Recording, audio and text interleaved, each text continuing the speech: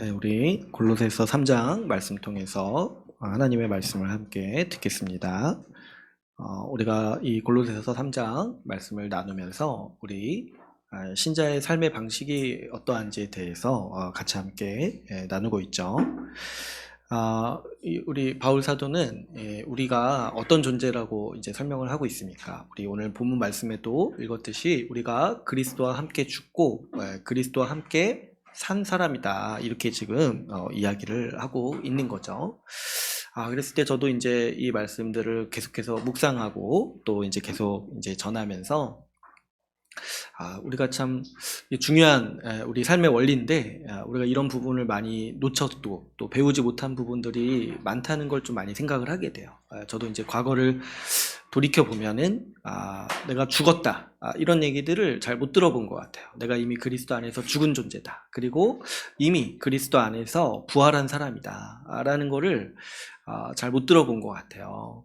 그랬을 때 이 말씀을 좀 다시 새기고 제대로 좀 우리 삶에 적용하고 붙들어야겠다, 이런 생각을 많이 하게 됩니다. 여러분, 우리 주님께서요, 우리를 바꾸시고 우리를 도우시고 우리가 매일마다 살아갈 때 힘주시고 인도하시는 가장 그 핵심 원리가 뭐냐니까, 우리를 이미 죽게 하셨다는 거예요. 우리를 이미 그리스도와 함께 죽게 하시고 그리스도가 부활하셨을 때 다시 살게 하신 거예요. 예수 그리스도의 생명으로 살게 하신 거죠. 그래서 이제 지난 시간에 어떻게 말씀드렸습니까? 우리 생명 자체가 예수님 거예요. 우리의 심장 자체가 예수님 거라는 거죠. 예수 그리스도로 말미암아서 다시 살았으니까 매일을 살아갈 때 우리가 그리스도를 의지하고 그리스도를 생각하고 그리스도를 통해서 살아야지만이 우리 생명이 유지되고 더 충만한 열매를 맺는 것이죠. 그랬을 때, 그럼 이전에 죽었다는 게 뭐냐 했을 때, 그거는 내가 살던 삶, 내가 저와 사망의 권세 아래서, 오늘 우리 하이델베르크 교리문답에도 있었듯이 그 마귀의 권세 아래서 살아갔던 그 삶에 대해서 우리가 죽었다는 거예요. 이제는 다시 그리스도와 연합해가지고 그리스도의 부활과 연합해서 그리스도와 다시 살아났을 때 이제는 어떻게 됐어요? 이제는 예수 그리스도의 통치와 그리스도의 지배 아래서 살아가는 사람으로서 다시 태어났다는 거죠.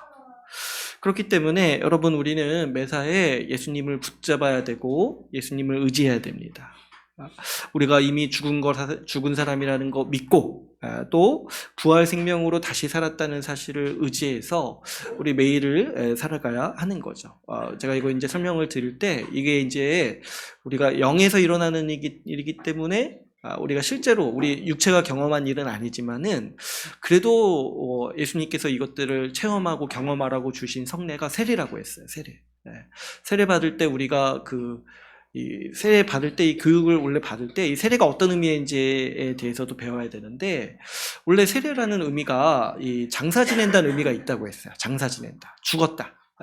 원래 이제 세례가 물에 이제 한번 이렇게 담겨지는 거잖아요. 그죠? 이게 뭐냐니까 죽었다는 거예요, 이미. 그래서 죽었는데 다시 일으켜질 때 다시 살았다는 거예요. 그러니까 그때 이제 공식화하는 거예요. 과거에 너는 이미 죽은 자다. 그리고 일어날 때 이제 다시 새로운 생명으로 살았다. 우리 이제 장로교는 물세례를 하지만은 그 물세례를 할 때는 이걸 더 자세히 설명을 해야 돼요. 원래는. 왜 그러냐니까 이제 물세례는 이제 죽는다는 의미보다는 성령 받았다는 의미를 더 강조하는 세례 방식이거든요. 근데 이제 이게 다 같은 의미라는 거예요. 성령 받았다는 의미도 뭐냐니까 과거에 죄의 지배 아래 살던 내가 죽었다는 거예요. 성령님은 죄인에게 오실 수가 없으세요.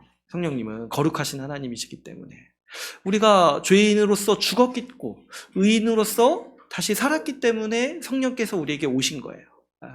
그렇기 때문에 이 세례를 우리가 다시 생각해야 되는 것이고, 세례 받았을 때를 딱 기억하고, 여러분 세례 받은 날 기억하세요? 그 날짜, 그때가 여러분 우리가 생일이에요. 그때가 다. 그래서 제가 아는 어떤 아주 좋은 학자분은 자기가 세례 받은 날을 생일로서 기억을 한다고 하시더라고요. 그랬을 때 여러분 왜 그러냐니까, 우리가 과거에 나는 이미 죽었어요. 과거에 나는 이미 죽었고 세례 받은 날 우리가 다시 태어난 것으로 우리가 이제 인식할 정도로 그 정도의 변화가 예수 믿을 때 우리 가운데 일어났다는 것을 우리가 생각해야 되는 것이죠. 여기서 우리 신자의 삶의 모든 방식과 원리가 다 나오는 거예요. 우리가 이미 죽었기 때문에 이제 예수 믿기 이전에 내 과거는요, 없는 거예요. 나 자신으로 살려고 했던 방식, 예수님과 상관없이 나 스스로 어떻게든 살아가려고 애썼던 그런 삶의 방식은 이제 우리에게 맞지 않다는 거죠. 더 이상 죄를 즐거워하지도 않고 저 세상에서 당연시 여기는 죄에 대해서도 우리는 거기에 관여하지 않으려고 하는 마음들이 생기는 거예요. 이제 예수 믿고 다시 살아났을 때 우리는 새로운 피조물로 살아갑니다. 이전과 다른 방식으로 사는 거예요.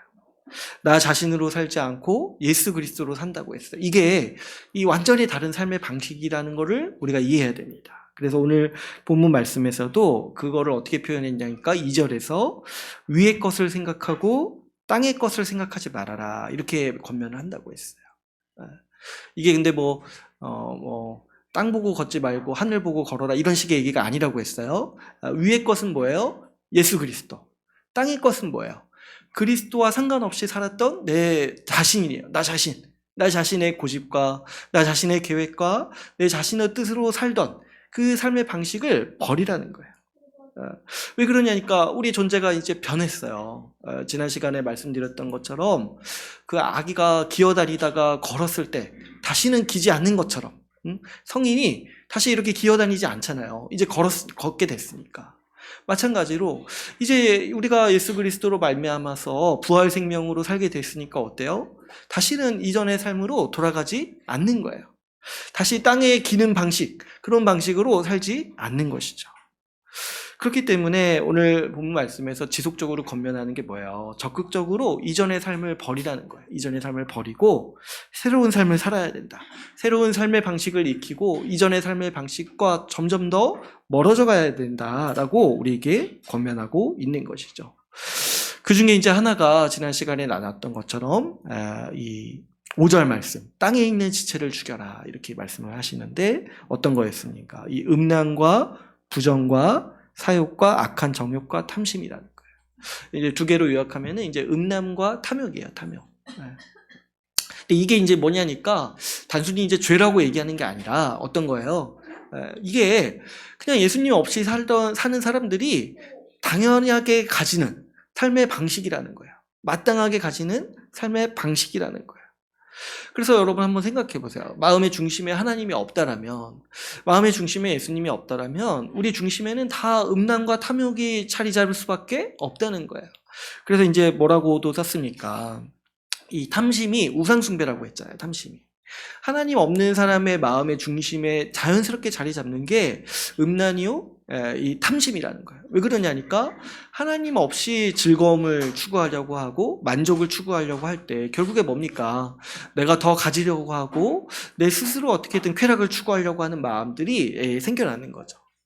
그래서 우리가 살아가는 이 세상의 질서라든지 문화를 보면은 겉으로는 아무리 세련돼 보이고 겉으로는 굉장히 뭔가 대단한 것처럼 포장을 할지라도 그 중심에는 뭐예요? 이 음란과 탐욕이 다 있다는 거예요. 그래서 이 세상의 문화를 가만히 이렇게 분석해보고 생각을 해보면 그 말하려고 하는 바는 결국에 음란이고 탐욕인데 그걸 굉장히 세련되고 그걸 굉장히 멋지고 매력적으로 이렇게 포장을 하는 거예요. 그래서 이제 여기에 미혹되기가 쉽고 또 한 가지 이제 유예되는 게 뭐라고 했어요? 사람들이 이거를 죄라고 생각하지 않는다는 거예요. 그렇죠. 여러분 우리도 그런 걸 많이 피부로 느끼실 텐데 뭐 음란하다거나 탐욕적이라거나 이거를 우리 사회에서 잘못됐다거나 죄라고 여기지 않아요. 오히려 미덕이라고 여겨요. 미덕이라고. 그리고 뭐 그렇잖아요. 우리가 뭐 상대방을 이성을 평가할 때 성적으로 매력적이다 이런 표현들을 막 겉으로 하는 거예요. 그랬을 때 그게 뭐냐는 거예요. 그래서 또 이런 뭐 탐욕에 대해서 또 생각을 해보면 뭐 이렇게 물건 사고 자랑하고 이런 것들을 미덕으로 치부를 하고 서로 자랑하도록 이렇게 하는 거. 그래서 이제 가진 것으로 그 사람을 평가하고 그래서 더 가지면서 자기를 꾸미도록 하는 거. 이런 것들을 보면은 우리 사회는 이 탐욕을 아주 추구해야 될 미덕으로 이렇게 얘기를 한다는 거죠. 여러분, 그러나 이런 것들이 우리는 이제 분별을 할 수가 있어야 되는 거죠. 이런 것들은 우상숭배인 것이고, 하나님이 없기 때문에 그렇게 살아갈 수밖에 없는 거예요. 그런데 우리가 이제 분명히 알아야 되는 건 뭐냐니까 6절 말씀에 보면은 이것들로 말미암아 하나님의 진노가 임한다는 거예요. 이것들의 본질은 우상 숭배요 죄이기 때문에 죄에 대한 대가가 반드시 있다는 거예요. 우리가 분명히 인지를 해야 돼요. 모든 죄에는 대가가 있어요. 이런 행위들의 분명한 대가가 있습니다. 죄에 대한 심판이 있어요. 여러분, 이제 뭐 많이 얘기할 수 있어요. 음란과 탐욕은요, 특별히 지난 시간에 얘기했던 것처럼, 이 인생의 허물을 가져온다고 했어요. 허망하게 만들어요. 왜 그러냐니까 사람이 만족을 할 수가 없어요. 이 세상의 물질이라든가 어떤 성적인 만족으로 만족을 할 수가 없어요. 그 한순간을 그냥 끝내고 어떻습니까? 그 다음에는 더 큰 자극이 필요해요. 더 큰 소유가 필요해요. 우리가 많이 체험하죠. 그 물건 하나 산 다음에 기쁨이 뭐 한 달도 안 가고 어떤 분이 막 3일도 안 간다고 그러던데. 그러면 또 어떻게 해야 돼요? 또 새로운 물건을 사야 돼요. 새로운 걸 또 추구해야 돼요. 다 그런 거예요. 그러니까 이게 뭐 어떤 거냐니까 평생 만족하고 감사하지 못하는 저주에 빠지는 거예요. 이런 식의 사이클을, 이런 식의 반복을 계속 하다 보면은 그 인생 자체가 허무해지는 거예요. 왜 사냐 하니까 그냥 이렇게 돈 좀 벌어가지고 좋은 물건 사려고 산다는 거예요. 근데 이제 그게 뭐냐는 거예요, 그게. 그랬을 때, 이건 진짜 허무하죠. 또 이제 그 여러 가지 여파가 있어요. 우리가 그렇지 않습니까? 뭐 하나를 얻으면 뭐 하나를 잃게 돼요.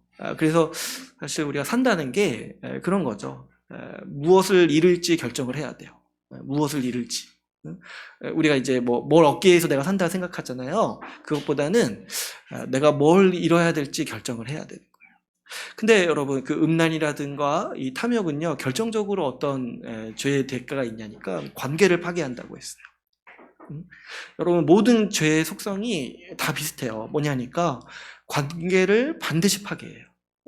그렇죠. 여러분, 음란 같은 경우도 한번 생각해 보세요. 제가 이제 예전에도 이제 말씀드린 적 있지만, 음란의 죄가 있으면 가정이 바로 설 수 없다고 했죠. 이 음란은 가정을 파괴하는 아주 치명적인 죄예요. 그래서 우리 십계명 나눌 때도 그 간음하지 말라라는 계명을 살펴보면서 이것이 결국에 가정을 무너뜨린다라는 그 심각성에 대해서 얘기를 했죠.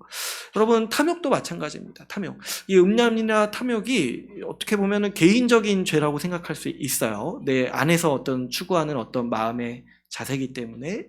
그런데 사실은 이것 때문에 내 모든 인간관계가 다 어그러지는 거예요. 탐욕도 잘 생각해 보시면 자기를 위해 살려는 삶의 총체잖아요. 그죠? 자기를 위해 뽐내고 자기를 배부르고 자기만 어떻게든 살려고 하는 그런 마음이잖아요. 그래서 그 탐욕스러운 마음을 가지고 살아갈 때 결국에 뭐가 있냐니까 주변에 사람을 잃는 거예요. 사람을. 우리가 다 알아요. 어떤 사람은 정말 결국엔 자기만을 위한다는 걸 알아요. 그리고 그런 사람들 곁에 자기도 가고 싶어 하지 않아요. 그러다 보니까 이제 뭐 이렇게 돈 좀 있고 좀 젊었을 때 또 이렇게 뭐 겉으로 이제 매력이 있을 때는 주변에 사람이 있더라도 나중에 이제 노쇠하고 그런 것들이 돈도 좀 줄어들고 이럴 때 사람이 남지를 않는 거예요. 그러다 보니까 이런 죄에 대한 대가들이 반드시 있습니다. 근데 이제 우리가 반드시 또 생각해야 되는 건 뭐냐면 하나님의 최종 심판이 있다는 거예요. 이런 것들은 어떻게 보면 이제 약간 과학과 같은 거예요. 이 죄에 대한 어떤 작용과 같은 거예요. 그런데 하나님은 분명히 말씀하시는데 이런 우상숭배에 반드시 최종 심판, 지옥의 심판이 있다는 거예요. 이런 것들은 어떻게 보면 심판의 전조예요. 우리가 이제 허무함을 느끼고 관계가 파괴되는 것을 보면서 우리가 이 삶의 어떤 괴로움을 느끼는 것도 최종 심판에 대한 예고편이라는 거예요. 마지막에 최종 심판이 있다는 거예요. 그렇기 때문에 우리는 이 죄와 사망의 권세를 생각해 볼 때, 이런 것들이 얼마나 허망하고 또 이런 것들로 말미암아서 우리 삶이 근본적으로 괴로움을 겪는다는 것을 분별을 할 수가 있게 되는 거예요. 왜 그렇습니까? 우리가 거기서 빠져나왔기 때문에 이제 그게 보이는 거예요. 제가 지난 시간에도 말씀드렸듯이 우리 스스로는 여기서 빠져나올 수가 없어요. 제가 말씀드렸죠. 우리 현대사회가 얼마나 정말 여기에 다 휘몰아쳐 있는지, 사람이 죽고 인간이 괴로움을 겪고 이것 때문에 다 고통을 겪고 있는데도 어떻게 자족을 못하고 만족을 모르고 계속해서 그 욕심을 채우기 위해서 그냥 저 절벽 아래 떨어지는 이 동물들처럼 이렇게 돌진하고 있는 거예요. 이게 이제 그 안에 있을 때는 절대 그 사람도 빠져나올 수 없어요. 근데 어때요? 우리는 어떻게 됐어요? 거기에 대해서 죽었다는 거예요. 예수님이 거기서 우리를 빼내오셨는데 어떻게 빼내오셨냐니까 거기서 살던 우리를 죽게 하셨어요. 죽게 하시고 이제 하나님의 아들의 나라, 하나님의 나라에서 다시 사는 자로 태어나게 하신 거예요. 우리가 이제 거기서 빠져나와가지고 이제 이런 것들이 잘못됐구나. 이런 것들이 결코 우리 삶을 복되게 하지 않는다라는 거를 이제 분별하면서 살아갈 수 있는 그 인식과 힘이 생겼다는 거예요. 이것이 우리 예수께서 우리에게 주시는 이 지혜와 지식인 거예요. 지혜와 지식. 그래서 우리 골로새서 앞부분에도 나눴죠. 그 예수님 안에 모든 지혜와 지식에 충만한 지식이 다 있다는 거예요. 뭐냐니까 우리는 이런 죄와 사망의 권세를 분별할 수 있는 힘이 있는 거예요. 이 5절에서 우리가 버려야 될 땅의 것들에 대해서 얘기를 했는데 오늘 이제 우리가 읽은 본문 말씀에 이 8절에서 11절도 이어서 우리가 지속적으로 버려야 되고 우리가 떠났던 이 과거의 죄들, 이 땅의 것들에 대해서 또 몇 가지를 우리에게 권면을 하고 있습니다. 오늘은 이제 이 8절에서 11절을 보면서 우리가 버렸던 죄가 무엇인가, 우리가 결별했던 이 세상의 것이 무엇인가를 한번 또 말씀을 통해서 나누어 보고자 합니다. 이제 5절에서 나눴던 음란과 탐욕은요, 어떻게 보면은 우리 안에 있는 좀 내밀한 죄들이에요. 그죠? 내 안에서 추구했던 어떤 마음들이에요. 그런데 이제 8절에서 11절은 이제 어떤 특성을 가진 죄들이 나오냐면 다른 사람을 대하는 태도에 대해서 이야기를 합니다.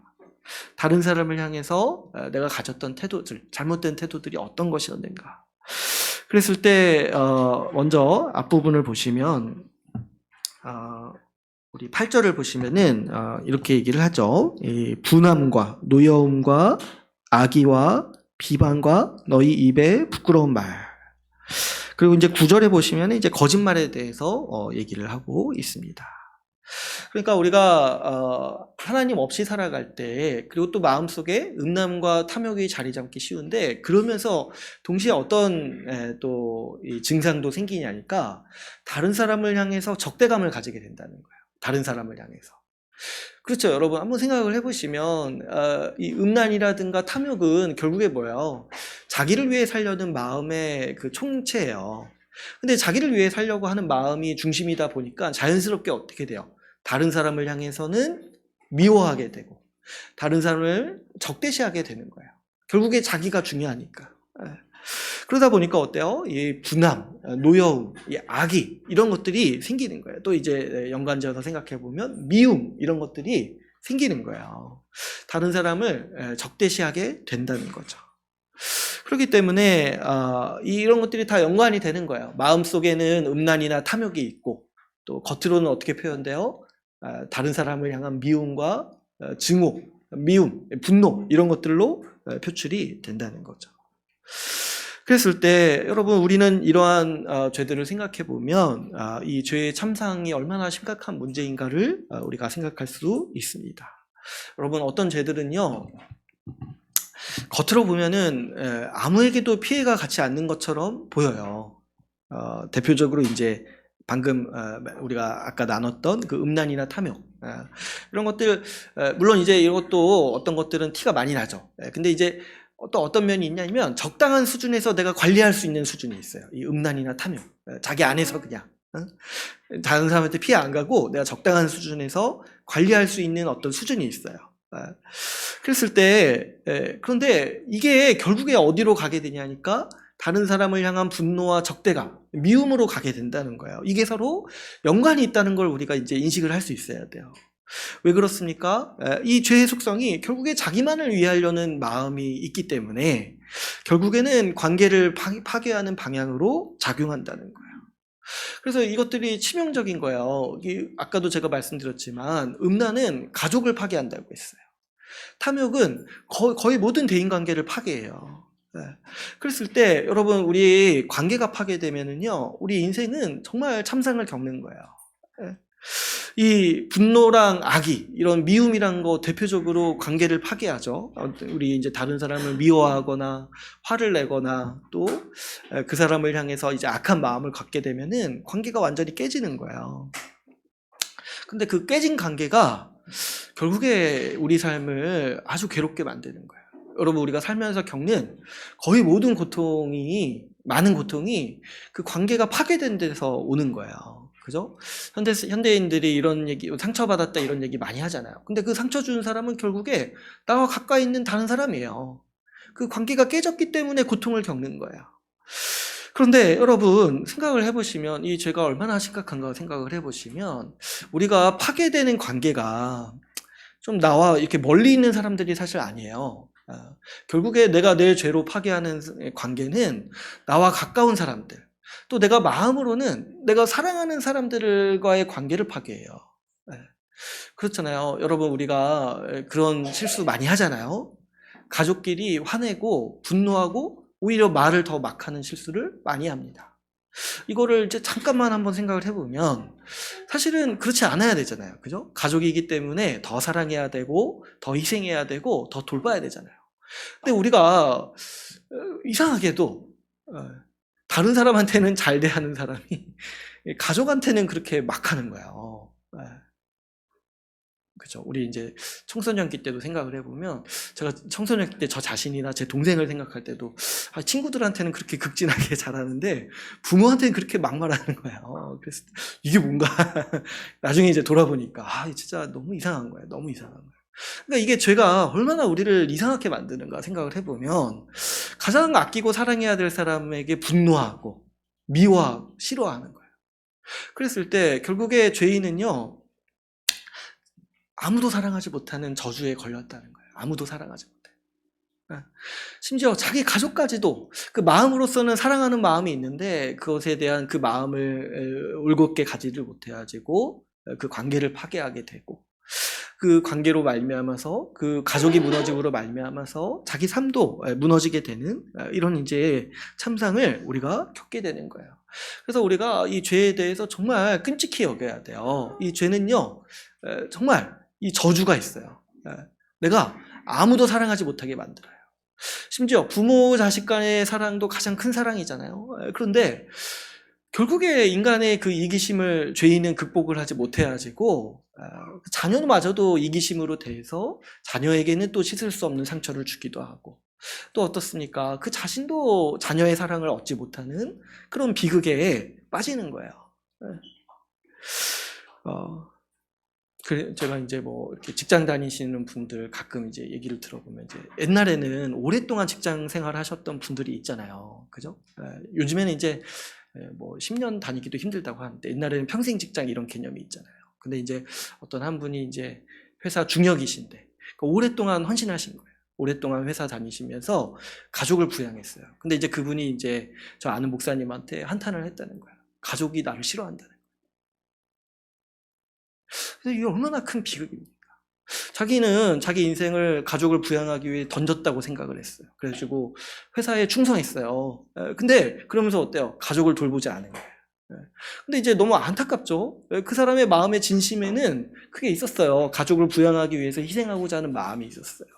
근데 이제 집에 와서 자기도 힘드니까 가족한테 화내고 잘 안 들어오고 그러다 보니까 자녀들은 자기를 싫어하고 이 얼마나 죄인이 정말 비극입니까? 자기 평생 헌신했는데 헌신한 대상을 자기도 나중에 미워하게 되고 그 사람들도 사랑하지 않는 그런 이런 것들이 죄가 정말 우리 인간을 얼마나 비참하게 만드는지를 보게 하는 단상인 거죠.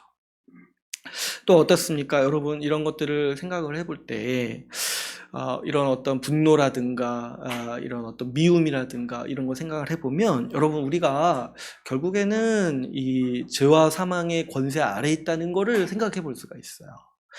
왜 그러냐니까 여러분 생각을 해보세요. 미움이라는 거, 분노라는 거 내가 통제를 할 수가 없어요. 통제를 할 수가 없어요. 제가 한번 예전에도 말씀드린 적 있죠. 내가 누구를 미워하지 않겠다 딱 이렇게 생각을 하는 순간 더 미워진다고 했어요. 그 사람이 생각나가지고.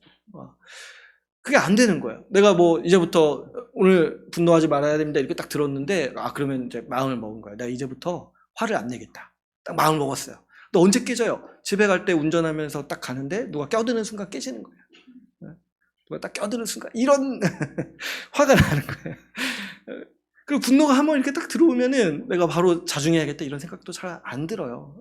제가 이렇게 설교하고 나서도 또 화가 날 거예요. 그죠? 저도 그럴 거예요. 그러니까 이게 뭐냐니까 우리가 통제할 수가 없는 영역. 뭐냐니까 우리가 결국에 이 지배를 받고 있다는 거예요. 이 죄와 사망의 지배를 받고 있는 거예요. 그래서 여러분 우리가 이런 것들을 지금 제가 하지 말아야 된다 이런 식의 얘기를 하는 게 아니라는 걸 이해를 하셔야 돼요. 이 뒤에서도 말씀을 드리겠지만 우리는 내가 통제하는 방식으로 이런 죄들을 극복할 수 있는 존재가 아니에요. 우리는 그리스도를 의지해서 이 죄의 참상에서 벗어난 존재라는 것을 알아야 돼요. 이 죄로 말미암아서 우리 인생이 지옥의 삶을 살게 되는데 예수님은 이 죄의 권세에서 우리를 건지셨다는 거예요. 어떤 방식으로요? 죽게 하셨어요. 아예 그냥 죽게 하셨어요. 죽게 하시고 다시 살아나게 하셨다는 거예요. 제가 이전에 설교를 들으면서 들은 명언이 기억납니다. 어떤 목사님이 막 화를 내면은 그 옆에서 어머니가 그런 얘기를 하신다는 거예요. 너 왜 죽은 사람이 화를 내냐? 죽은 사람은 화를 내지 않는다는 거예요. 그리스도 안에서 죽었는데 왜 그렇게 자꾸 화내고 혈기로 사냐는 거예요. 네 기분대로 사냐는 거예요. 죽었는데. 그랬을 때 여러분 우리가 그리스도 안에서 죽었다는 걸 기억해야 돼요. 그리스도 안에서 죽었다 이 사실을 의지하고 믿을 때 우리가 이 죄의 영향에서 빠져나올 수가 있는 것이죠.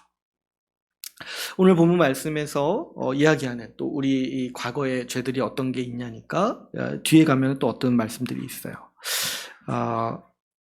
이 비방과 또 부끄러운 말과 이 거짓말들이 있습니다. 이 비방이라든가 이 입에 부끄러운 말 이런 거는 이제 우리가 쓰는 용어로 좀 바꾸면은 그런 욕설이라든가 음담패설 이런 거를 좀 얘기할 수가 있어요. 이런 것도 이제 우리가 말씀을 딱 보고 세상을 한번 보면은 그 세상 사람들의 특징 중에 하나가 뭐냐면 말이 거칠어요. 말이 거칠어. 그래서 음담패설도 뭐 이렇게 아무렇지도 않게 하고 또 이렇게 거친 말들 이런 것들도 아무렇지도 않게 하죠. 제가 어젠가 그저께인가 이렇게 길을 가다가 누가 이렇게 막 이렇게 화를 내는 거예요. 그래서 누가 사우나 이렇게 들어봤더니 그냥 친구들이랑 얘기하는 것들이더라고요. 친구랑 얘기하는데 막 욕설을 섞어서 얘기하니까 누가 들으면 싸우는 것 같은데 알고 보면은 되게 친한 친밀한 대화를 나누고 있는 거더라고요. 그랬을 때 근데 여러분 어떻습니까? 이런 것들은 듣기 싫어요. 딱 들어도 듣기 싫어요. 이런 거친 말들, 욕들, 음담패설들. 또 그래서 이제 신자들은 이런 것들을 이제 많이 그래도 벗어나죠. 누가 이제 교회에서 이렇게 생활할 때 막 욕하면서 막 아이씨 오늘 은혜 받았어 이러니까 아니 딱 우리가 직감적으로 아는 거예요. 이거는 맞지 않구나. 이런 것들을 많이 벗어버려요. 근데 이제 우리가 한 가지 또 주의해야 되는 게 뭐냐면 거짓말도 주의를 해야 되는 거짓말. 우리 이 9절에 보면 거짓말을 하지 말라고 하죠. 그러니까 이 거짓말도 세상의 속성이에요. 하나님 없이 살아가는 사람들의 속성, 이 거짓말이라는 거예요. 그래서 우리 주님께서도 특별히 10계명에 이게 들어가 있죠. 8계명에 보면 거짓 증언하지 말아라. 왜 이거를 주님께서 아주 이렇게 각별히 주의시키시고 신약 성경을 보면은 거짓말하지 말라는 말씀이 굉장히 많아요. 근데 왜 그러냐니까 여러분 거짓말은요 어떤 특징이 있냐면 사단적 속성이에요. 사단적 속성. 이 마귀, 뱀, 사단의 가장 큰 특징이 뭐냐면 거짓말하는 자예요. 거짓말하는 자. 그래서 그 의미 자체가 그 속이는 자라는 의미가 있어요. 이 성경에서 사탄이라고 했을 때, 마귀라고 했을 때 속이는 자인 거예요. 그러니까 거짓말을 누가 하냐니까 마귀의 백성들이 하는 거예요. 마귀의 백성들이. 근데 이제 반면에 하나님은 어떠신 분이냐니까 하나님은 진실하신 분이라는 거예요. 진실한 분. 여러분 생각해 보세요. 하나님의 말을 누가 이 거짓이라고 말할 수 있겠습니까? 하나님이 진실하시다는 거예요.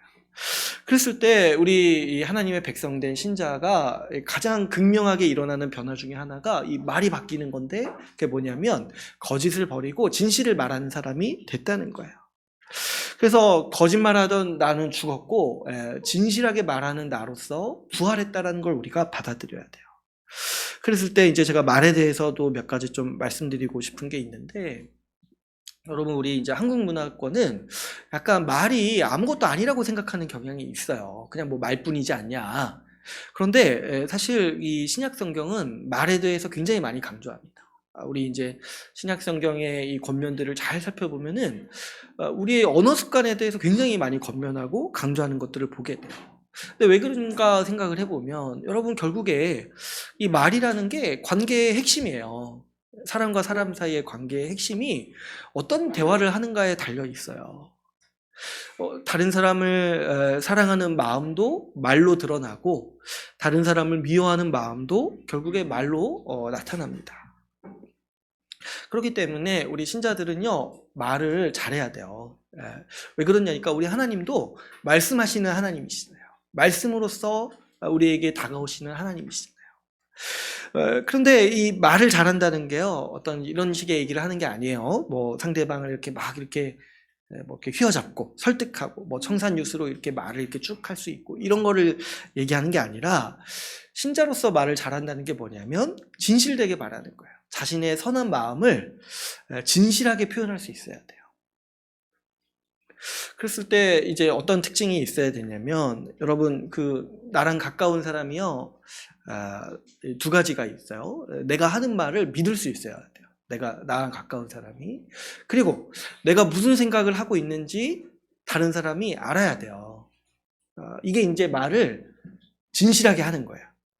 거짓을 말하지 않고 진실하게 하는 게 뭐냐면, 다시 말씀드리자면 다른 사람이 나와 가까운 사람이 내 말을 신뢰할 수 있어야 되고, 또 뭐요? 내가 무슨 생각을 하는지 알아야 돼요. 이게 거짓을 말하지 않고 진실을 말하는 사람들에게 드러나는 특징인 거예요. 이걸 반대로 한번 생각을 한번 해보시면, 여러분 거짓말 한다는 게 막 속이고 이런 것만 얘기하는 게 아닌 거예요. 이 위선적으로 말한다거나 자기 마음을 똑바로 얘기하지 않는다거나 이런 것들이 이제 다 포함된 거죠. 여러분 우리가 이제 살다 보면은 여러 사람들을 보는데 한번 생각을 여러분도 한번 해보시면은, 그 말을 신뢰할 수 없는 사람이 있어요. 말을 신뢰할 수 없는 사람. 여러분도 주변에 이렇게 한번 대화를 하시다 보시면, 어떤 분들은 누가 그렇게 말을 하면은 나도 그냥 대충 흘려듣는 사람들이 있어요. 그런 대상이 있어요. 근데 왜 그렇습니까?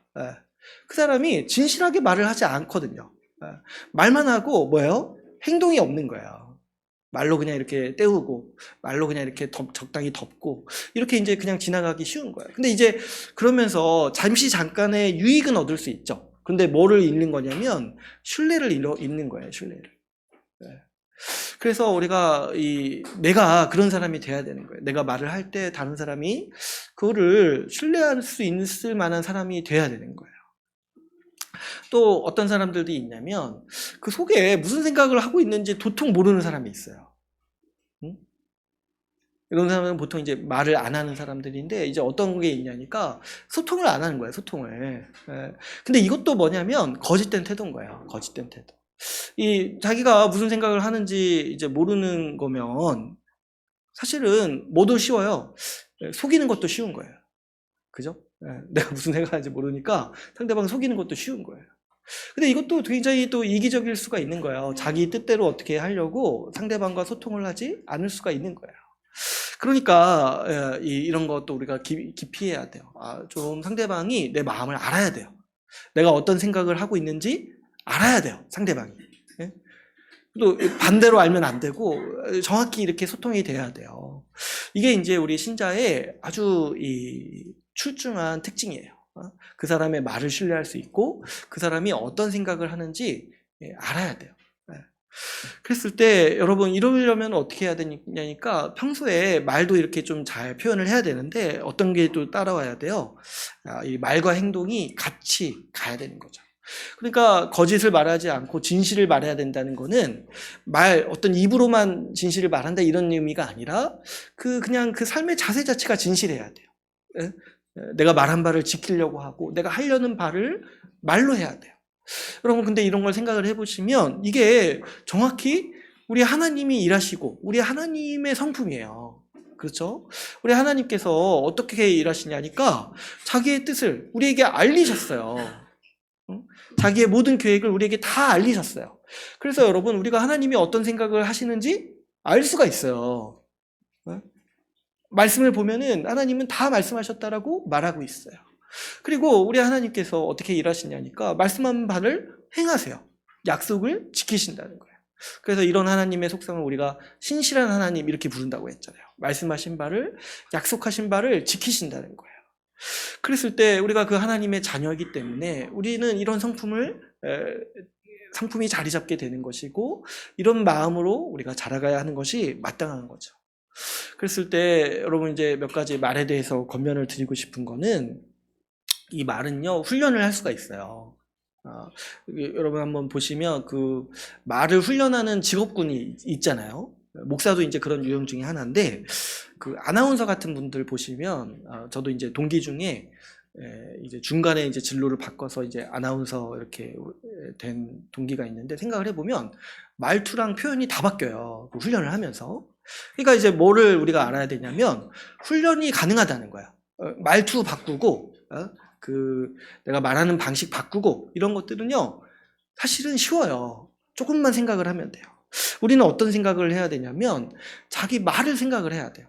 내가 한 말이 어떤 건지를 생각을 해야 돼요. 뭐 그런 분들이 있어요. 내가 말해놓고 잊어버리는 분들이 있어요. 이런 것들은 사실 그렇게 많지 않아요. 이 술에 취해서 지내는 사람 아니면 웬만하면 다 생각이 납니다. 웬만하면 과거에 막 오래전에 했던 말 그런 거 아니면은 자기가 어떤 말을 했는지 생각이 나요. 근데 어떤 걸 생각을 해야 되냐면 우리가 다른 사람을 귀하게 여기는 걸 생각을 해야 돼요. 다른 사람을 귀하게 여기는 거. 그리고 그 마음이 말로 표현해야 돼요. 그래서 우리가 좀 많이 반성하고 돌아봐야 되는 말이 뭐냐면 좀 내가 실수할 수 있어요. 실수할 수 있고 또 과거의 습관이 내가 이런 걸 미처 생각하지 못했어요. 내가 이런 말을 하면은 다른 사람이 상처받고 또 마음이 힘들다는 거를 생각이 잘 안 들어왔을 수 있어요. 그런데 이제 우리에게 뭐가 있어요? 다른 사람을 위하는 마음이 있잖아요. 그러니까 우리의 말을 자꾸 생각을 해야 돼요. 내가 이 말을 통해서 상처 주지 않았는지, 내가 혹시나 내가 이 말 때문에 다른 사람이 마음이 어렵지 않은지 이런 것들을 우리가 생각을 해야 되는 거예요. 이 생각이 이 말을 바꾸는 거예요. 그래서 그랬을 때 결국에 이 교회 생활이요 우리가 말을 훈련하기 위해 때 아주 좋은 환경을 주기도 합니다. 우리가 이제 적극적으로 말도 하고 소통하면서 이런 것들을 훈련하고 또 개발해 가는 거예요. 어떤 말들이 사람들에게 상처 준다는 거를 알아야 돼요. 특히 뭐 이렇게 욕설도 그렇지만 뭐 비웃고 조롱하고 은근히 깎아내리고 이런 거 다 압니다. 여러분 다 알아요. 나는 뭐 내가 이제 은근히 얘기했지, 내가 상대방 모르게 얘기했지 해도 다 알아요. 이런 말투 이런 거 습관일 수 있어요. 신자에게는 내가 습관이기 때문에 미처 이제 해결하지 못한 부분일 수 있는데 이런 거 이제 다 벗어버리고 좀 진실되게 말하는 방법. 불만이 있으면 정말 1대1로 가서 인격적으로 얘기할 수 있어야 되는 것이고, 그게 아니라면 좋은 마음으로 좋게 표현하는 것들을 우리가 이제 익혀 가야 하는 거죠. 근데 여러분 또 어떤 게 있냐니까 훈련할 수 없는 영역이 있어요.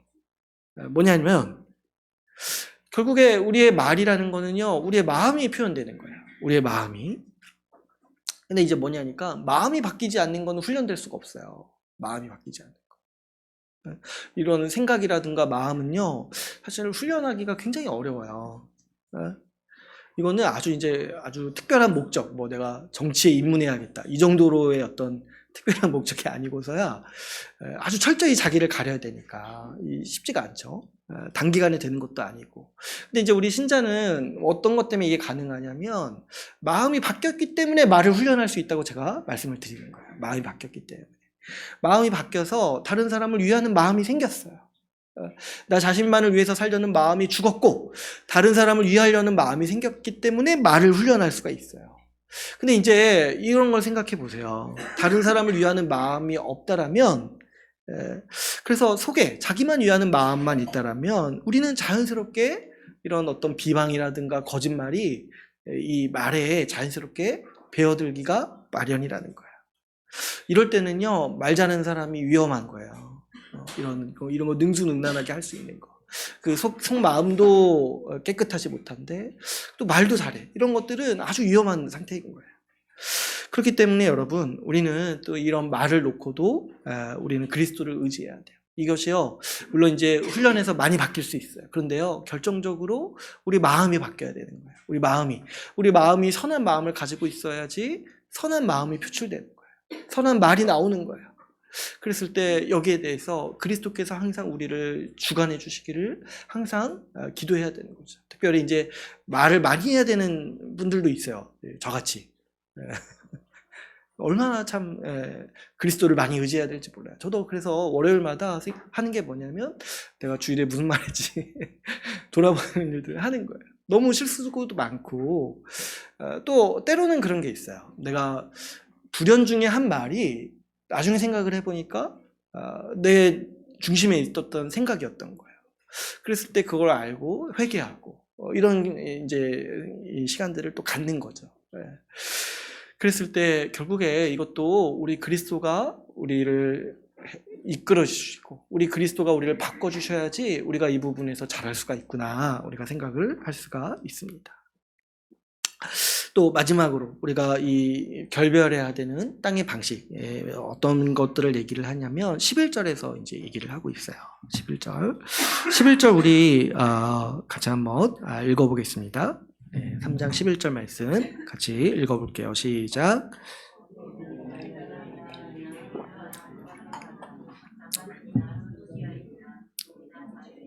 차별이 있을 수 없나니 오직 그리스도는 만유시요 만유 안에 계시니라. 11절에서 이렇게 보시면 우리가 이제 결별해야 할 이 땅의 것으로 무엇을 얘기를 하냐면 차별을 얘기해요. 차별. 여기 이제 헬라인, 유대인, 뭐 할레파, 무할레파 이렇게 나오고 이거 야만인이나 수구디아인이나 이런 게 나오는데 이제 그 당시에 있었던 대표적인 차별들을 얘기를 하는 거예요. 헬라인이나 유대인은 서로 이렇게 차별하던 이 인종이었어요.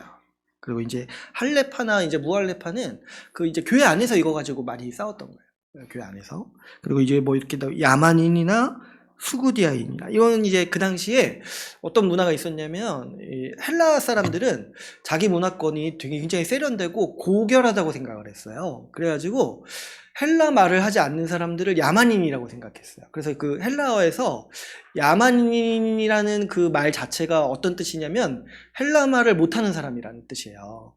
그러니까 근데 이제 그 당시 시대에 헬라 사람들만 있었던 게 아니에요. 그리스 로마 문화만 있었던 게 아니라 뭐 이렇게 게르만 민족도 있었고 또 이렇게 뭐 저기 어디 뭐 이렇게 구울족도 있었고 뭐 이렇게 많이 있었는데 이 사람들이 자기 문화가 세련되다고 생각해가지고 그 사람들 다 야만인이라고 생각을 한 거예요.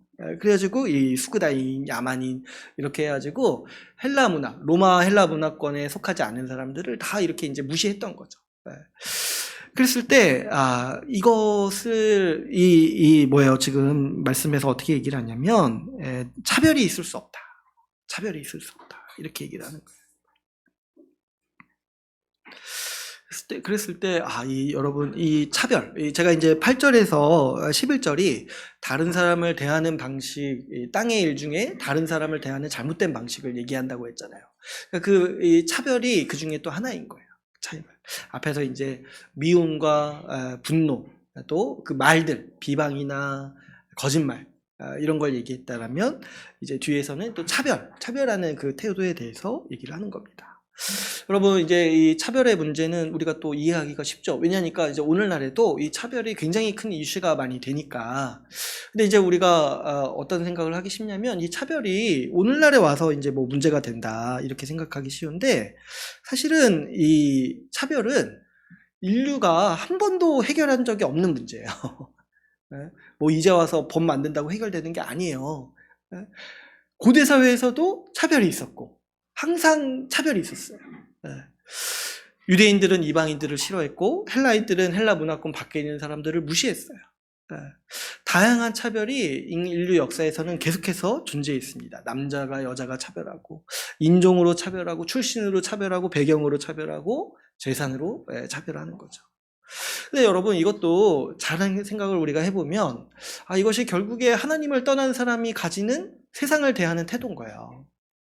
뭐냐니까 여러분, 자기만을 위하면서 살아가잖아요, 죄인이. 그러다 보니까 이게 확장돼서 어떻게 구현이 되냐면, 관계에서 사람들을 내 편과 상대편으로 나누는 거예요. 자기만을 위하는 사람들이. 그래서 내 편으로 나눈 사람들은 협력하고, 저기 상대편들에게는 대적하면서 자기 이익을 더 불리는 거죠. 그래서 제가 예전에 말씀드린 적도 있지 모르겠지만, 정치인들도 그런 식으로 자기 세를 불린다는 거예요. 저 사람들 미워야 된다 하면서 증오심이 이제 이렇게 아니 정치 얘기하면 안 되는데 총선이가지고 아무튼 이제 이게 그냥 이 죄인들이 살아가는 방식이라는 거예요. 이게 얼마나 우리 정말 이 죄성이 우리한테 깊이 들어와 있는지 보려면은요, 아이들 사회를 한번 보세요. 아이들도요 차별해요. 배우지 않아도 아주 본능적으로 차별합니다. 근데 이제 뭐 때문에 차별하는지 보면은 별거 아니에요. 뭐 이렇게 제가 들어보니까 우리들은 이런 아이돌을 좋아하는데 너는 좀 인기 없는 아이돌 좋아한다고 차별하는 거예요. 또 뭐 의견이 다르다 차별하고. 근데 이제 그거 자체는 중요하지 않고 그냥 편을 가르고 싶은 거예요. 내 편, 나와 동질하게 살아갈 내 편으로 이렇게 삼고, 상대편은 좀 미워하면서 우리끼리 동질감을 좀 강화하고 싶은 거죠. 그랬을 때 이런 것들이 우리 사회에 아주 깊숙이 자리 잡고 있는 걸 보게 되죠. 뭐 학연, 지연 이런 거 많이 있지 않습니까? 그런데 여러분, 이런 것들은요, 이 죄와 사망의 권세가 만들어낸 이 삶의 방식입니다. 죄인의 마음 깊숙이 자리 잡고 있는 태도가 사람을 차별하는 태도예요. 여러분 한번 생각을 해보시면, 하나님께서 사람을 만드셨을 때 모든 사람을 하나님의 형상으로 만드셨습니다. 하나님이 보시기에 모든 사람이 다 귀해요. 모든 사람이 다 똑같아요. 하나님의 형상으로서 누구 하나 다 귀한 사람들이에요. 그런데 하나님을 떠난 사람이요, 하나님으로부터 오는 영광을 잃어버리니까 뭐가 남아요? 자기밖에 안 남는 거예요. 근데 그 자기가 어떻게 보여요? 벌거벗어가지고 부끄러워요. 그러다 보니까 뭐가 생겨요? 자기 나름대로 어떻게든 가리려고 해요. 자기 나름대로 무화과 나무 잎으로 가리고, 자기 나름대로 뭐 이렇게 세련된 옷을 입어서 가리고, 자기 나름대로 뭐 학위로 자기를 가리고, 뭐 이렇게 재산으로 가리고, 뭐 이렇게 얼굴로 가리고, 자기의 그 죄인의 비천함을 가리기 위해서 자기 나름의 노력들이 막 있어요. 근데 그러다 보니까 뭐예요? 어떤 것들은 내가 남들보다 더 좋아 보이는 거예요. 하나님을 떠났기 때문에 이런 마음이 자연스럽게 생겨나는 거예요. 남들보다 내가 더 잘났네? 그래서 어떻게 해요? 자기보다 못해 보이는 사람을 업신여기고 차별하려는 마음들이 자꾸 이렇게 생겨나는 거죠.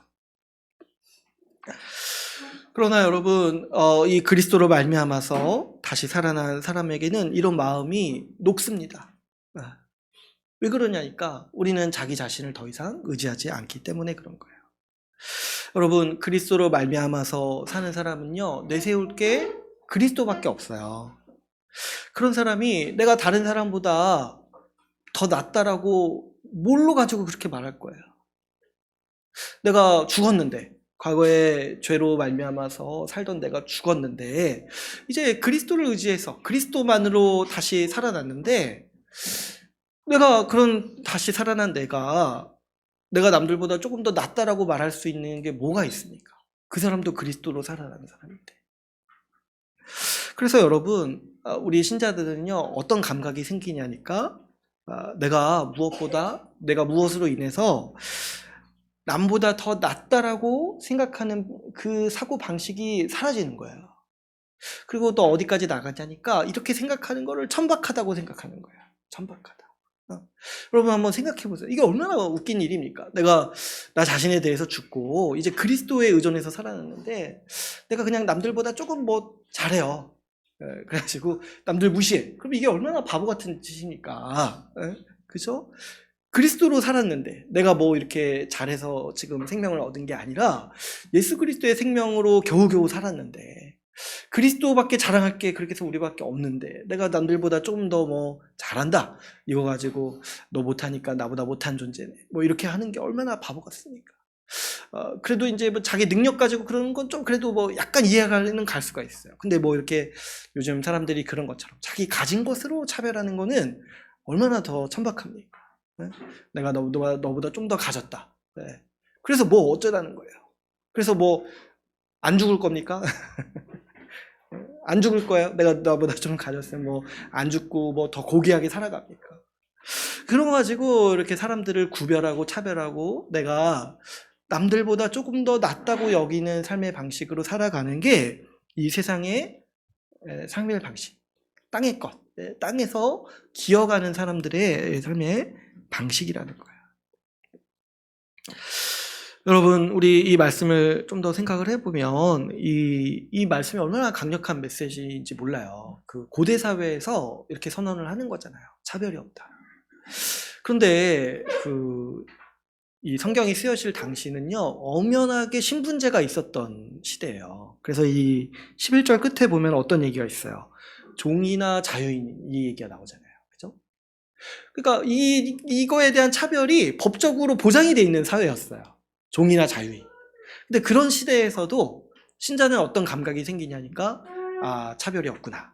아무리 사회가 이렇게 법적으로 종과 자유인 차별하는 거 인정하고 옳다고 여겨도 우리 신자가 다시 살아난 이 감각이 얼마나 강력하냐니까 그런 거 떠나서 하나님이 사람을 하나님의 형상으로 만드셨기 때문에 차별이 없다라고 우리 선언하게 되는 것이죠.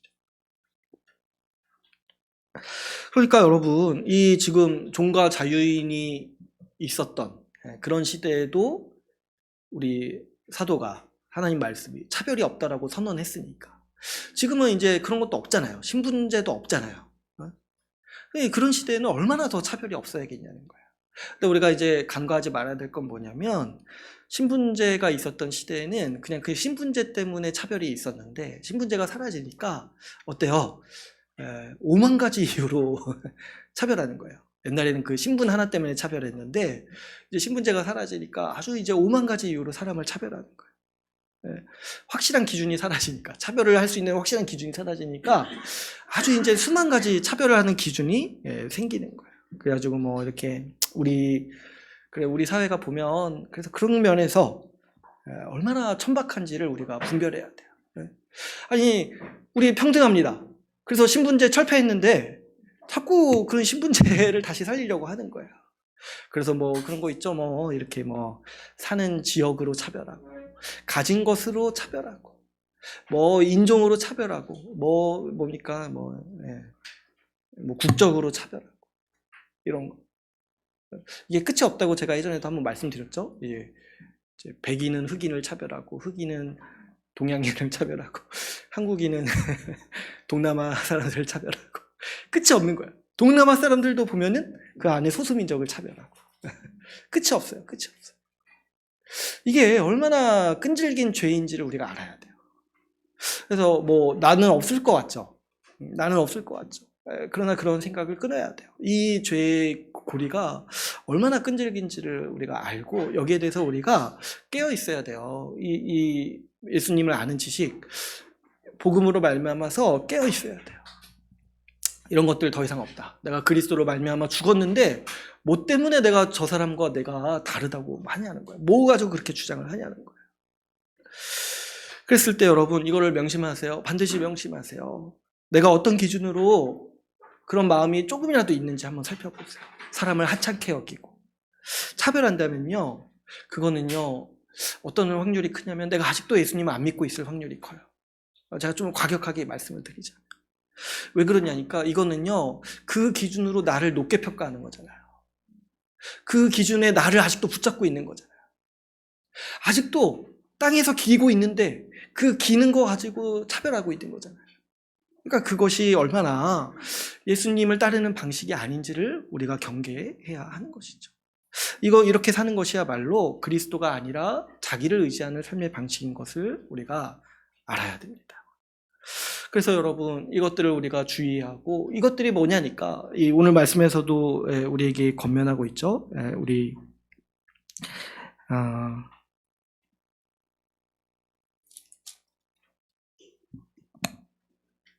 과거에 7절에 보시면 너희도 전에 그 가운데 살았다 이렇게 얘기를 하고 있잖아요. 너희도 전에 그 가운데 살았다. 그러니까 이게 뭐냐면 다 우리의 과거예요. 우리 다 이런 게 다 있어요. 과거예요.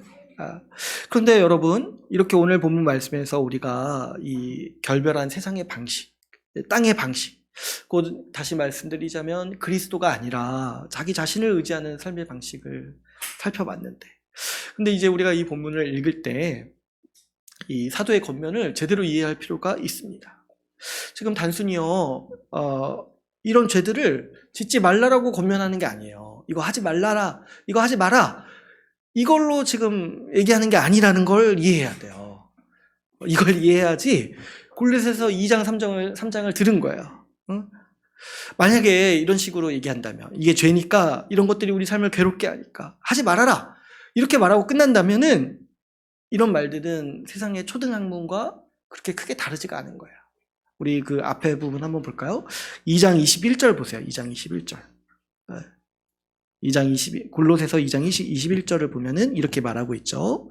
곧 붙잡지도 말고 맛보지도 말고 만지지도 말라고 하는 것이니. 이 세상 초등학문의 한계 얘기할 때. 이게 뭐예요? 그러니까 저도 똑같이 얘기할 수 있다는 거예요. 이거 가지고 이제 짓지 마십시오. 이렇게 하면 뭐예요? 붙잡지도 말고 하지도 말고 맛보지도 말라 이렇게 말하는 거랑 똑같잖아요.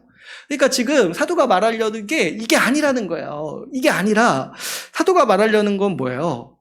우리가 이런 죄에 대해서 죽었다는 거예요. 그것이 그리스도께서 우리에게 주시는 능력이고 우리 신자의 삶의 방식이라는 거예요. 뭡니까? 우리가 여기에 대해서 죽었다는 걸 믿고 받아들여서 그 믿는 대로 살라는 거예요.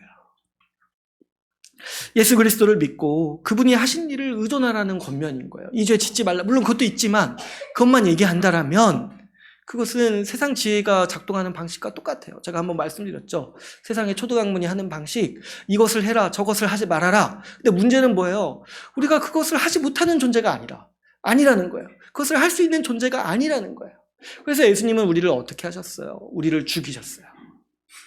그렇게 조금 바꿔서 해결되는 존재가 아니기 때문에 죄의 참상이 크고 죄의 이 참상이 끈질기기 때문에 깊기 때문에 우리를 어떻게 하셨냐니까 우리를 죽이신 거예요. 그 죄에 대해서 죽이시고 다시 살리시는 방식으로 우리를 변화시키신 거예요. 우리가 앞에서도 살펴보았지만 우리가 우리의 행동을 통제하는 방식으로는 이 죄들에서 벗어날 수가 없습니다. 아까도 말씀드렸죠. 어떻게 하면 화를 안 낼 수 있을까? 그런 거 생각할 필요가 없어요. 그런 방법이 세상에 없거든요. 누가 오늘부터 저는 화를 안 낼 수 있습니다. 이렇게 말할 수 있겠습니까? 그 사람 옆에 가서 이렇게 한번 발길질 한번 하면은 금세 화를 내지 않겠어요. 네. 어떻게 화를 안 낼 수 있냐는 거예요. 어떻게 하면 거짓을 일삼던 사람이 진실해질 수 있겠습니까? 어떻게 하면 차별에 찌들어 살던 사람이 그런 것들을 벗어버릴 수 있겠습니까? 이거 진짜 어려워요. 이런 것들은 우리의 통제 범위를 한참 벗어난 거예요. 한참 벗어난 거예요. 그래서 이런 말씀을 딱 볼 때 막 이렇게 설교를 이렇게 들으면서도 여러분 혹시 속으로 이렇게 생각하는 거면 잘못 들으시는 거예요. 아, 이거 잘못됐으니까 내가 조금 노력해서 바꿔야겠다. 이렇게 생각하는 거는 지금 이제 통째로 잘못 들으시는 거예요. 뭐냐니까 그런 얘기를 지금 여기서 하는 게 아니라는 거예요. 여러분 이런 것들을 우리 안에도 어느 정도 숨어 있을 수 있고 있을 수 있어요. 아무리 선량한 사람이라 할지라도 이 차별이나 편견이나 이런 것들이 다 없다고 말하기가 어렵다는 거예요. 그래서 이런 것들은 어떻게 바뀌냐니까 조금 바뀐다거나 행동을 교정해서 끝나는 문제가 그래서 아닌 거예요. 어떻게 해서 끝나는 거냐니까 우리가 죽어야지 끝나는 거예요. 죽어야 돼요.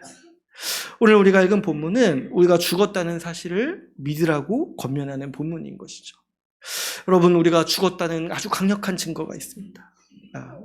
그게 뭐냐니까 우리 안에 이런 성향들이 조금 남아있을 수는 있어요. 뭐 말투라든가 내 선입견이라든가.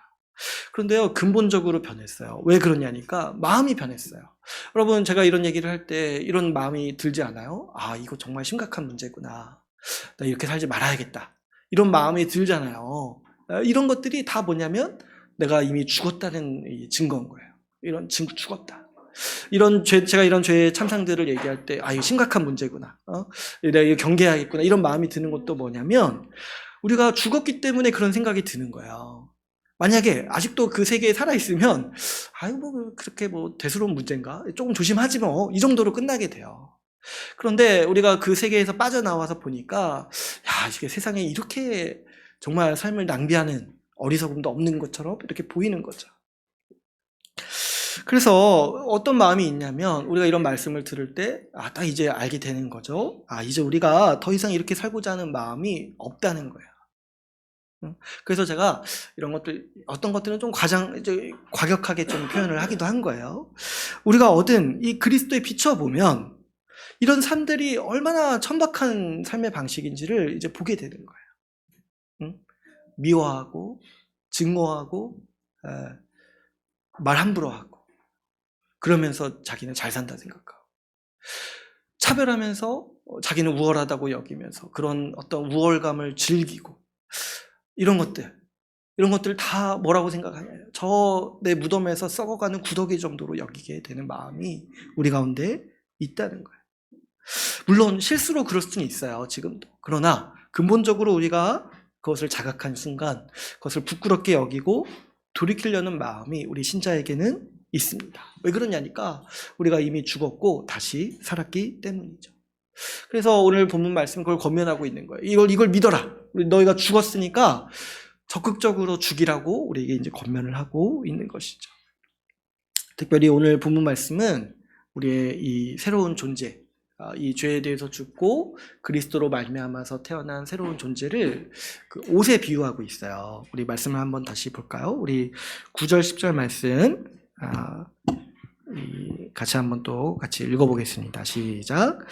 너희가 서로 거짓말을 하지 말라. 옛사람과 그 행위를 벗어버리고 새 사람을 입었으니 이는 자기를 창조하신 이의 형생을 따라 지식까지 새롭게 하심을 입은 자니라.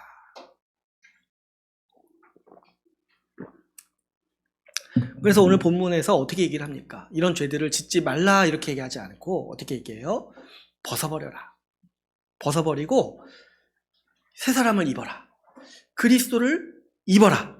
그게 어떤 존재예요? 이제 지식에까지, 이제 그 지각과 지혜와 능력이 완전히 다 바뀐 사람이에요. 그래서 그 새 옷을 입어라 이렇게 얘기하고 있습니다.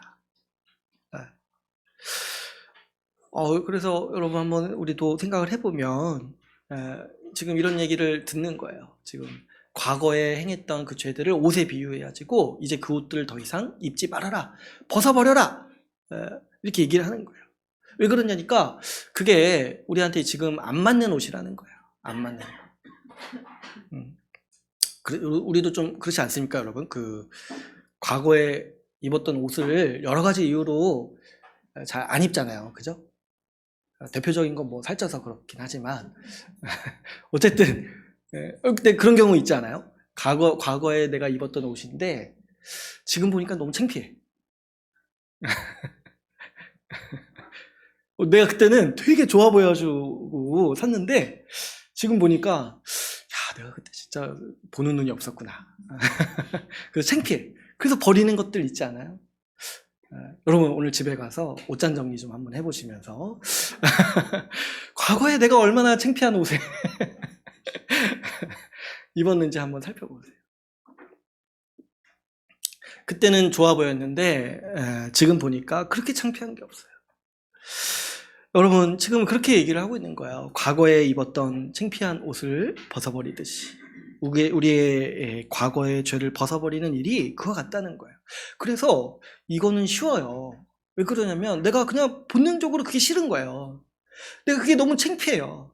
그렇기 때문에 더 적극적으로 벗어버리는 거예요. 그렇기 때문에 성경은 이게 쉽다라고 얘기를 하는 거예요. 이 행동을 규정하는 건 어려워요. 그러나 이미 죽은 사람이 계속 죽이는 건 쉬운 거예요. 이미 새로 맞지 않는 체격을 가진 사람이 안 맞는 옷을 벗어버리는 건 쉬운 거예요. 우리가 예수 믿기 전에는 이런 게 당연해 보이고 멋있어 보였어요. 당당하게 자기 감정을 표출하고 화를 표출하고 말도 당당하게 뭐 이렇게 함부로 하고 이런저런 말솜씨로 상대방을 이렇게 막 휘어잡아서 내 유익을 취하고 뭐 네 편 내 편 나누어서 이렇게 판가르게 한 다음에 자기 이렇게 위세를 떨치고 이렇게 하는 것들이 멋있어 보이고 그런 것들이 내 잘난 맛을 좀 도취시키는 것 같은 그런 어떤 쾌락이 있었어요. 그런데 지금 이제 예수 믿고 나니까 그런 일들이 창피해 보이는 거예요. 이제 그리스도라는 그 지혜와 지식의 원천을 우리가 입다 보니까 그런 것들이 창피해 보이고 예수 믿고 보니까 그런 삶이 그렇게 천박해 보일 수가 없는 것이죠. 그 땅에서 기어다니는 삶의 방식이 더 이상 이제 매력적으로 보이지 않는 것이죠. 그래서 여러분, 이것이 우리의 마음이라는 거예요. 이런 일들이 왜 생기냐니까 우리가 죄에 대해서 죽고 그리스도의 생명으로 다시 살았기 때문에 일어나는 일입니다. 그러므로 여러분, 우리의 신자의 삶의 핵심은 여기에 달려 있어요. 그리스도를 믿는 거예요. 그리스도가 우리에게 하신 일을 믿는 거예요. 그리스도가 실제로 우리에게 이런 일을 하셨다는 사실을 믿어야 됩니다. 그리스도를 믿는 자에게 주님은 우리의 마음을 변화시켜 주십니다. 우리가 죽었다 살아난 존재로서 우리를 바꾸시는 거예요. 이 변화를 우리가 알고 그게 나라는 걸 받아들일 때, 그리스도가 내 옷이라는 거, 그리스도가 내 생명이라는 거 받아들일 때 우리는 더욱더 그렇게 살아가는 사람들이라는 거죠. 여러분, 이 말씀으로 특별히 제가 권면하고 싶은 거는 그리스도를 믿으라고 권면하고 싶어요. 어떤 분들은 우리 중에 어떤 분들은 혹시라도 이런 말씀의 권면들이 귀에 잘 안 들어오실 수도 있어요. 뭐냐니까 마음이 변해본 적이 없는 분들이 있을 수도 있어요. 제가 이런 얘기할 때 그게 뭐지 이런 생각이 들더라도 이거 잘못됐으니까 좀 주의해야지, 이 정도로 그냥 대충 이렇게 넘어가고 싶은 마음이 들으시는 분들도 있을 수 있어요. 근데 그럴 수 있습니다. 근데 그런 분들은 이런 말씀을 듣고 그렇게 반응하면 안 돼요. 이런 거 이제 조심하면 되지 하고 대충 넘어가려고 하면 안 돼요. 다시 한번 말씀드리지만 지금 본문 말씀이 그런 얘기를 하는 게 아니기 때문에 그래요. 그런 분들은 특별히 그리스도를 믿어야 돼요. 복음을 차근차근 배우고 말씀을 차근차근 배워야 돼요. 마음이 바뀌고 중심이 바뀌는 게 뭔지를 알려면 먼저 믿어야 돼요. 예수님이 하신 일이 뭔지를 믿어야 돼요. 그럴 때 가장 중요한 게 뭐냐면 이 말씀으로 감화를 받고 복음을 체계적으로 다시 한번 배우는 거예요. 저도 이 교회를 다닌 지 오래됐었지만 초등학교 때 교회를 다녔지만 이걸 깨닫게 된 게 대학교 다닐 때. 얼마나 오랜 시간 동안 모르고 헤맸습니까? 특별히 자기 죄의 참상을 아는 것이 도움이 됩니다. 자기 죄로 말미암아 이 수렁에 빠지는 그 인생, 스스로 빠져나올 수 없는 그 죄의 집요함을 여러분 묵상해 보세요. 그럴 때 우리가 자기에 대해서 죽고 그리스도를 붙잡아야겠다는 믿음이 생기는 거예요. 그래서 저도 생각을 해보면 제가 죽기로 결심한 날이 저는 기억이 나요. 내가 뭐 때문에 생각을 했냐니까 내가 제 안에 들어오는 미움을 제가 통제할 수 없다는 걸 발견하고 제가 죽기로 그러니까 뭐 자살이 아니라 그리스도를 찾기로 결심을 했어요. 나는 진짜 안 되는구나. 나는 진짜 안 되는구나. 내가 죽어 마땅하구나. 그리스도만이 나를 구원하시는구나. 그때가 대학교 때예요. 제가 교회는 초등학교 때부터 다녔는데. 그러니까 우리가 이럴 수 있어요. 이렇게 좀 이렇게 혼란스러울 수 있고 좀 이런 거 낯설게 다가올 수 있습니다. 그러나 일단 그리스도께서 우리를 휘어잡으시고 우리를 주관하시는 순간 우리는 다 이걸 경험하게 돼요. 내가 죽었구나. 그리고 내가 다시 살았구나. 그래서 내 마음이 바뀌었구나. 내 과거의 그 옷들이 정말 창피해 보이는구나. 이런 것들을 우리가 다 오게 되는 것이죠. 어떤 분들은 제가 이런 얘기를 할 때 공감이 가는 분들이 있을 수 있습니다. 그런 분들에게 또 권면을 드리고 싶어요. 여러분, 마음이 변해본 경험이 있어요. 과거의 내가, 지금의 내가 다르다는 걸 알아요. 그럴 때요, 그런 분들은 뭐를 이 말씀을 통해서 유념을 해야 되냐니까 그게 우리가 살아가는 방식이라는 걸 이해를 해야 돼요. 그게 오늘 말씀에 권면하는 지식이 그래서 필요해요. 자기 자신이 아니라 그리스도를 의지하는 방식이요, 우리가 매사에 그렇게 살아야 되는 거예요. 내가 이렇게 살다가 어느 날 이제 마음이 좀 바뀌었네 이 정도로 인식하는 게 아니라 매일 그걸 의지하는 거예요. 그리스도가 나를 바꾸셨구나. 그리스도가 이전에 살던 방식이 아니라, 나로 살던 방식이 아니라 이 예수 그리스도를 의존해서 그리스도의 마음으로 살도록 하셨구나 라는 걸 매일 붙잡고 의지를 해야 되는 거예요. 이게 우리의 삶의 방식인데, 우리가 이제 안타까운 게 이제 세례 교육도 잘 못 받고 이런 이제 이 신자에 대한 지식이 별로 없다 보니까 우리가 이걸 경험하고도, 마음이 바뀌었다는 걸 경험하고도 자꾸 이 삶의 방식을 혼동하는 거예요. 이 마음이 바뀌었는데 자꾸 또 이렇게 어때요? 과거의 습관을 다시 한번 또 쫓고, 또 이렇게 이런 것들이 뭐 당연하다듯이, 마땅하다듯이 여겨가지고 뭐 이렇게 살아가는 거. 뭐 이렇게 그런 식의 말들이 있죠. 뭐 원래 사람은 잘 안 변해. 이러면서. 근데 벌써 자기는 마음이 바뀌었는데도 그 지식이 이렇게 자리 잡지를 못하니까 자꾸 이렇게 그런 말들에 흔들리는 거예요. 뭐 원래 그렇지 하면서. 근데 이러면 더 치명적이에요. 왜 그러니까 마음이 바뀌어가지고 양심은 더 불편해지거든요. 그래서 그 배나 더 힘든 상황을 겪을 수가 있어요. 그럴 때 여러분, 자기가 마음이 바뀌었다는 걸 아시는 분, 내가 죽었다는 걸 아시는 분들은 이 지식을 반드시 품어야 돼요. 내가 다른 방식으로 이제 살아가는구나. 그리스도를 의존하는 방식으로 살아간다는 거를 여러분, 우리가 잘 이렇게 더 체계적으로 갖추고 이 말씀 통해서 더 분명히 알아서, 그래서 날마다 그리스도를 의지함으로 우리 주님 주시는 충만함을 누리시기를 바랍니다. 이제 오늘 말씀을 맺겠습니다. 오늘은 우리가 벗어버린 이 과거의 죄들에 대해서 함께 나누었습니다.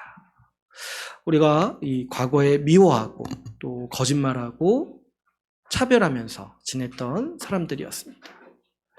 이런 일들을 하면서 이 하나님의 진노를 맛보던 사람들이었습니다.